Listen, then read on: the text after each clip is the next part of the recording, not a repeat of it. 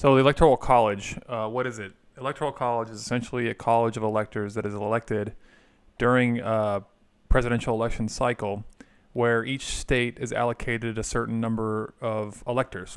And those electors are based on two factors. One is the Senate. Every state has two senators, so you get two electors for that. Each state would get two electors because each state has two senators. And then the other factor is the House of Representatives.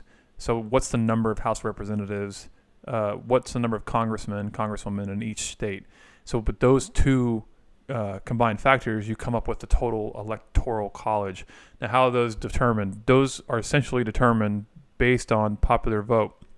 I know there's stuff going on with the Supreme Court right now around whether or not the elector has to vote a certain way. But essentially, what has traditionally happened is the electors vote for the popular party that won that election.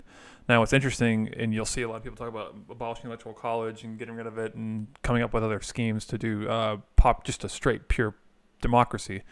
The problem with that is you have to at least couch it against what is the United States. It's the United States of America, not the United People of America. We are a people group united by the Constitution, but essentially the Electoral College is a way that each state can be fairly represented, not each person. Each person is fairly represented by their popular vote of their state, and those are then proportionally allocated based on the number of representatives. And what's interesting to me is when somebody says the Electoral College is unfair or biased or something like that, usually it refers to their vote is counted less than somebody else's vote in some other state. And that, while that may be true on just a mathematical basis, is let's say you had a state that every state is at least guaranteed one Congress seat and two senators. So if you had, let's say you had just three people voting, three people in a state, in theory, you had two senators and a congressman from the state, their votes, they would be the electors. So their votes would be counted more than in the Electoral College than somebody like me who lives in Texas and there's, 20-something million people here. So in theory, not everybody's vote counts the same, but that's not the point. The point is, how do you represent each state? Each state in relative terms to the federal government, so you have a federal government and you have a state government, has to have some way to be proportionally recognized. And I think the way it's set up now is actually a pretty fair system. Are there cracks in the system to where you can lose a popular vote and still win the presidency? Yes, there is, but those are oddities, not the norm. On top of which, this is where I think the census is really interesting too, because as the census, you see everybody leaving Texas or everybody leaving California to come to Texas right now. That concept will be reflected. That phenomenon will be reflected in the census, and then the number of House seats can potentially change based on how the voting populations shift around from state to state. If everybody up and moved to Nebraska, let's say 300 million people decided to move to Nebraska, well, all the other states would still need to be represented. It doesn't matter that 98% of the population, for example, lived in one state. It's the United States of America, not the United People of America, and we're a collection of states in the federal government's eyes. And I think if you don't like that concept, the concept of pure democracy only makes sense if it's, you have to check it somehow. It really doesn't make sense. A pure democracy can lead you to really strange situations where if this group, because they're in the majority now, wants to take away some freedom from the other group, then if they vote for it, they can do that.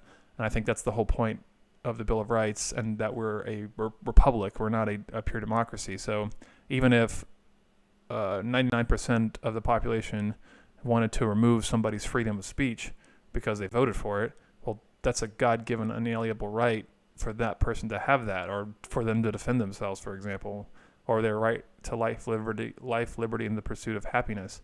Those concepts, you can't just dismiss them as something that it's unfair because you, as a person who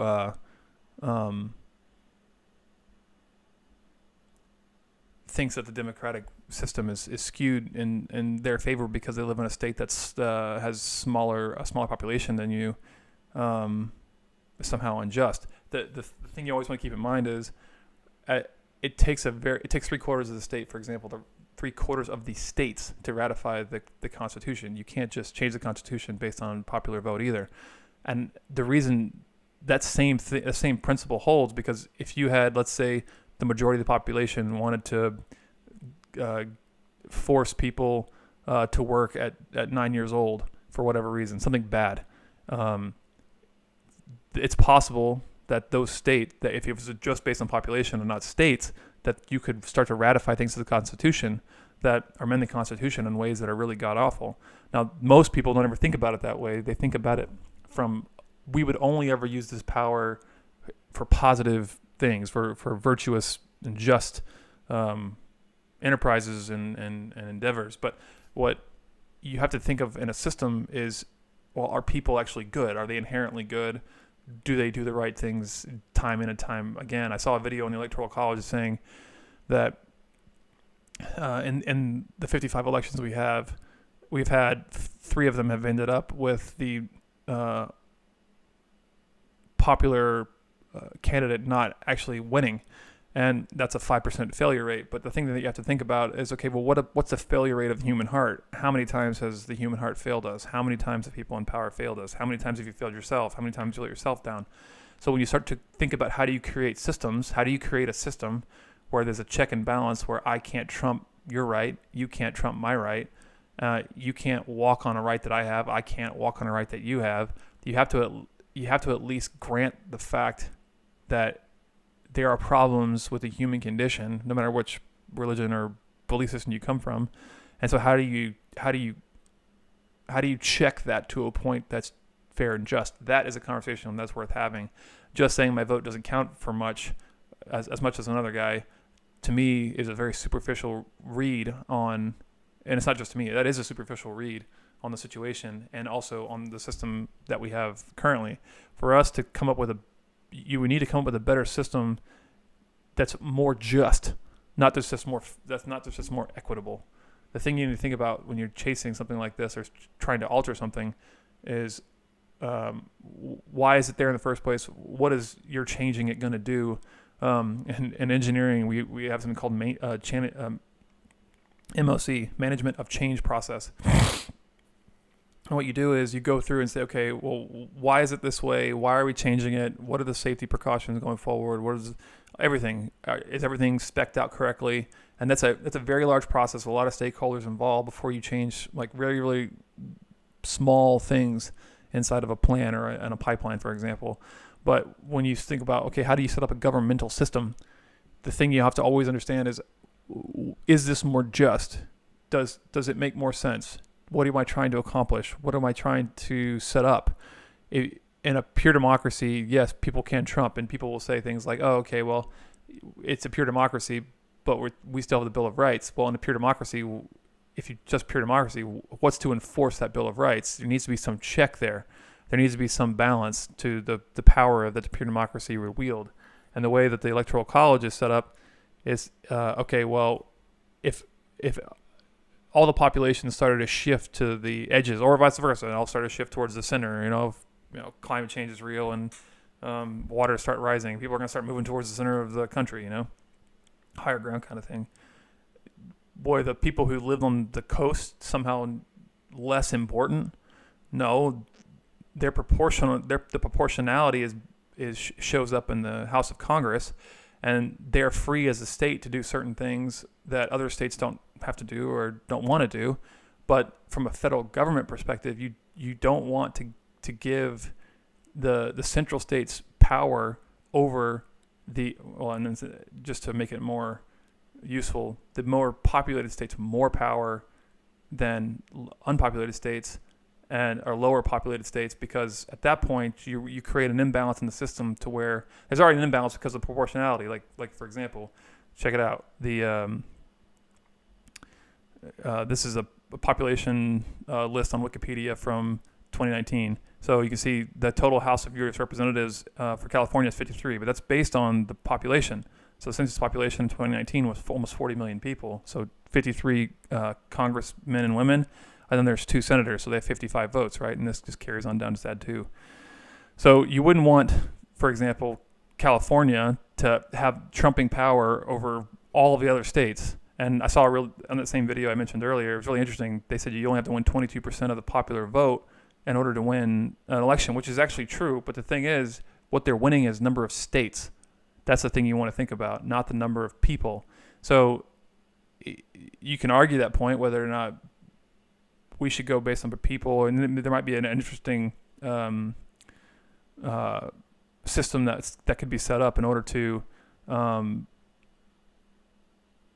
try to do a check and balance on people rather than states. But ultimately, we're a collection of states, and those states are self-governed. And then inside those states, you have counties and parishes, and inside those counties and parishes, you have districts, and it's just broken down from a much larger pie to a much smaller pie. And those small little skirmishes that happen in local governments roll up to the way a population thinks. And every 10 years when the census happens, for example, and people shift around or move around, or when the gold rush happens and everybody ran out to California, or now when people don't like California as much and you read about a bunch of people moving to Texas where I live, you start to see things, you can start to see how the system starts to play out. It takes a little bit of time to look at it and to understand it, but when 2020 census is over, it will shift around the Republican seat, the House of Representative seats. And that's the way it should work. If a state has more people in it, it should be proportionally represented. But the thing is, you can't disproportionately, to an unjust measure, affect a state that is a state. So Nebraska or Kansas or one of the smaller states, if everybody were to leave, that state would still need to be represented some way. And that's where the imbalance exists. And I'd be curious to know what you guys think is a better solution, or if you've heard one, share it with me. I'd love to go check it out. So interesting thing about the Electoral College, I think it's a pretty cool system, actually, the way it's set up. And so let me know what you think. Drop a comment, like, subscribe kind of thing, and we'll catch you later.